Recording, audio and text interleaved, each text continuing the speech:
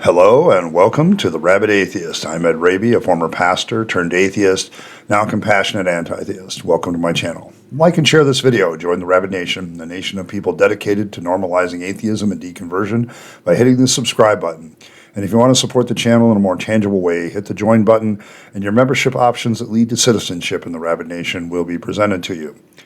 Today I'm continuing on in my Bible study series called Tongues of Fire, where I'm looking at the book of Acts and kind of explaining how I used to look at it as I did as a Pentecostal preacher and believer, and how the book of Acts, shapes Pentecostal theology, kind of as a memoir. But I know that I have a lot of people that are former Pentecostals, charismatic types, and they, when we're deconverting and demystifying the Bible, part of it that can be helpful is looking back at how we viewed the scriptures that way and then realizing how silly it was at times that we viewed it that way. And today's text is Acts 4, 1 through 22. You can pause the video right now and go read it and then come back. But this is the story where Peter and John are brought before the Sanhedrin because of healing the lame man in Acts chapter 3. They're seized by these religious leaders, according to the story, for preaching Jesus being resurrected from the dead, and that it was by his power that they were able to heal this man. Peter's testimony in the story is interesting because it actually reflects a very well thought out theology. Almost is, to me, one of the proofs that the book was written far later, and that Peter being this bold witness for Jesus is kind of written into the narrative of the story, I think, a little bit. And of course, Peter testifies that Jesus is the one needed for salvation and the only one that can lead to salvation, which is interesting because I don't think the early church that early would have had that view that Jesus was the only way, because he would have been part of Judaism. And so Judaism is the way, and there would be a more complete way instead of just an exclusivity that Christians developed a little bit later. But for Pentecostal, there's also here being the idea of being persecuted by religious leaders, because the Sanhedrin is a religious organization. So, and then also in the story, eventually the Sanhedrin, tells them, don't preach in this name anymore. But Peter gives this famous line, we ought to obey God rather than man, so you judge between us, but we're gonna keep going forward and keep, preaching and teaching what we have heard and seen, okay? And so the Sanhedrin lets them go with the warning, they fear the people, a great miracle has been done, and everybody thinks it's a wonderful work of God, so the Sanhedrin doesn't really dare, go against that. So what happens in this story? What are some of the points I can bring out of this story for the purpose of Bible study? Well, I think the Christian persecution narrative is drawn out of this story a lot, and it starts really here. The idea that Jesus was persecuted for being who he was, and now his followers are going to be persecuted for being what they are, for speaking the truth about the resurrection of Jesus Christ, for going forward in, doing notable miracles and things like that, and then getting persecuted for it. Well, yeah, because Jesus said, you will be persecuted. You'll be whipped out of the synagogues. Everybody who kills you will think they're doing God a service. And so this idea of the persecution narrative, implanted by the supposed words of Jesus, and then later on, picked up by, the church here, and in this story, really gets implanted.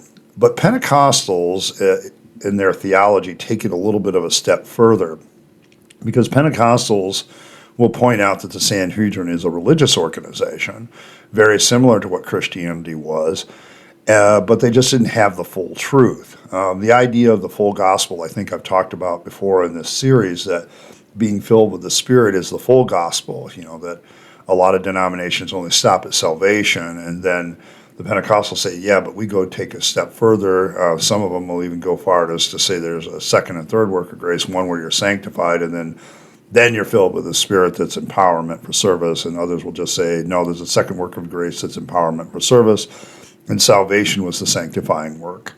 And so there's this, internal tiff among different theologies within Pentecostalism and charismatic types.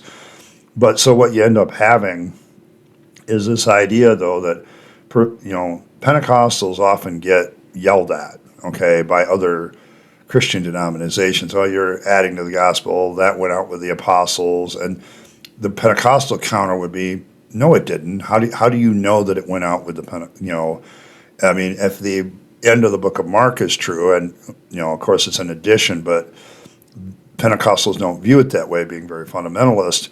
And so what they do is they say, this says that, these signs will follow those that believe. They'll speak in tongues. They'll, cast out demons, et cetera, et cetera. And you don't have that in your churches because you don't have the full gospel. And the reason you're persecuting us and getting after us as Pentecostals is because it's kind of embarrassing to you that you don't have this kind of power, and we have the power of God, and you don't, and you persecute us for it.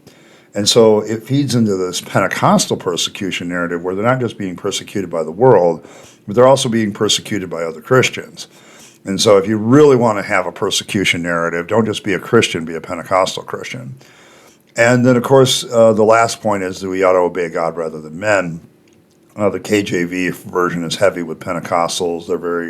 A good chunk of them are KJV only. There's this aspect of rebelling against authority for the sake of the truth that's implanted in these words. You see this, this idea that we're going to be preaching the truth, we're speaking the truth, and we're going to be persecuted for it. And so the idea of persecution being expected, not just as Christians, but as Pentecostal Christians, is deep in Pentecostal theology. And this story is one of those things that kind of sparks that. The idea of, hey, they did a healing work and they got yelled at for it. They preached in the name of Jesus and the resurrection of the dead. They get yelled for it. This whole narrative that begins to develop in the early church, probably the second century church, of being persecuted all this time, and therefore that proves that we're the true faith, begins here. But the Pentecostals will take that a step further. Modern Pentecostals will take it further. Now, I'd be remiss if I didn't add a modern example that happened a few days ago. Recently, if you're watching this video in the future, this is the time period when the Arizona state legislature passed a pretty strong anti-abortion bill. And one of the things that came out of that whole mucky-muck of what happened is this footage of certain legislatures gathered around the seal of the state of Arizona, praying in tongues and speaking in tongues, kneeling and praying and interceding for God and praying in tongues. And, of course, this got backlash from both secularists and even Christian organizations saying that wasn't really appropriate to do that.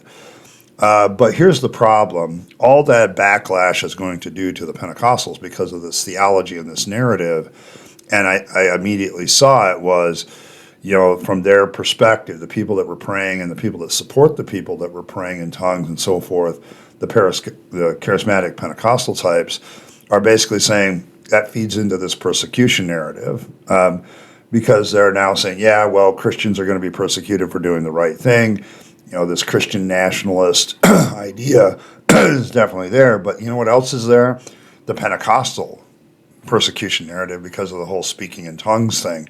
Oh, you're mocking us because we have the power of God. We have the initial physical evidence of being filled with the Spirit, so on and so forth. That is going to come out of the Pentecostal churches for people persecuting these people. And I thought it was a very interesting modern example of how this works. Let's get some reality about the story, though. There's absolutely no historical collaboration for this story in the book of Acts. No historical documentation that it actually happened.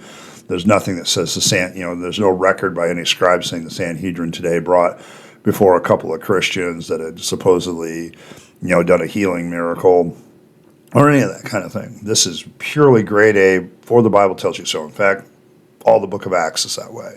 It's purely a hearsay story. We don't really know who wrote the book of Acts, and we don't know where whoever wrote the book of Acts got this story. Okay, we don't have any names. We don't have any, we heard this story from Joe Schmo, who was, at the event, and he was collaborated by two other people that were at the event, these guys. We don't have any of that. Okay, this is purely Bible tells you so. But it would make sense to me if a second century Christian would write this out, because some persecution of the Christians in certain spots had taken place, and so the persecution narrative would have been fed into. The idea of a cult being persecuted or any religious group being persecuted is always good for the cult, because people look at it and go, well, why are they being persecuted? Because the idea, well, they must be doing something right if they're being persecuted, if they're going forward. We do have that idea in our head that if we're speaking the truth or doing the right thing, we're going to take flack for it. I've even done that myself with this channel. But the truth is that may not necessarily be so. I think in my case, I'm getting under the skin of some Christians, and they don't like it. Whether that's because of the truth or not, we all can be the judge as we listen to the constant back and forth about God or no God. But in this case, there's a human nature thing that goes out to the persecuted, that goes out to the underdog, to goes out to all of this idea of being persecuted because you're really doing the truth. And Pentecostals have this in spades, because not only that do they get persecuted by, the world, they get persecuted by their fellow believers that don't believe the whole gospel. I remember a lot of times as, this idea that was implanted in my head that we would have the full truth, the full gospel, and of course we were going to get yelled at for it. And, we have the true Christianity and all this stuff. And it was something that constantly came up in my Pentecostal time when I was a preacher. That came up a lot as well. Don't worry, Pastor Ed, you're preaching the full truth, you're preaching the full gospel. Of course, people are going to give you a hard time about it. You speak in tongues, you're going to get a hard time for it. And so that narrative, I know that narrative exists because it surrounded me pretty much my whole life. The problem with it, is that now there's a couple things that don't really impress me. One is the persecution narrative itself, even for Christians, because I don't see it as persecution anymore. For a long time, Christians had particular privileges in our society and government, and they're either losing them or fighting to keep them. And they don't like that, and they consider that persecution. They're starting to be treated like everybody else, and they don't like the fact that they are being treated like everybody else. But I also, a second point that is made, I am not impressed when somebody comes to me and says, oh, the reason that you didn't, keep with the faith is because you didn't really have the right variation. Now, the funny thing is, after 4 years of doing this, do you know how many different denominations have claimed to me that they are the true faith, and if I had just followed them, I wouldn't have lost my faith? Pretty much all of them, okay? From Orthodox to Roman Catholic to every Protestant denomination under the sun, would all sit there and claim that they have the true Christianity, and the reason I fell away is because I didn't have the true Christianity. But I was in the Pentecostal faith that was looking at the rest of you Christians and going, you don't have the full gospel because you don't have tongues, and you don't have miracles, and you don't have healings in your midst. How's that? How are you the true faith when the book of Mark says that these are the things that will follow those that believe, and you don't have any of that? To me, the evidence would be you would have miracles happening in your stuff. You'd have it during your services. So anybody else who comes to me and says, well, I have the true faith, I'm going to laugh. Okay, because how in the world do any of you know you have the true faith? Okay, and this whole idea of being persecuted for having the true faith and so on and so forth, it just doesn't wash with me anymore. I don't, it's human nature, but at the same time, I don't think it really, pushes me anymore. It doesn't impress me anymore that somebody's persecuted for the faith. I mean, there's all kinds of religions that have been persecuted, not just Christianity. Does that make them true too? No, it doesn't. And so the fact that you're persecuted, quote unquote, at certain times does not impress me. And, in history, yes, I know a lot of people, died for Christianity's sake, and some modern martyrs have taken because people are stupid and they go to places where people are hostile thinking they're going to preach the gospel, and then they get killed. And to me, that's a waste, okay? Believing something that's nonsense and then getting killed for it is kind of a nonsensical notion. And it starts with this story in the book of Acts. For both the Christian persecution narrative and the Pentecostal persecution narrative, this is where it starts. But that's my thoughts on this particular passage and how it applied to Pentecostal theology, both at the time and today. And I'd be interested in your thoughts in the comments. As always, we're just trying to demystify the Bible by getting nitty-gritty and real about it. And because this story really doesn't have any historical collaboration, it could be completely made up for all I know, and for anybody knows. And so, there you have it.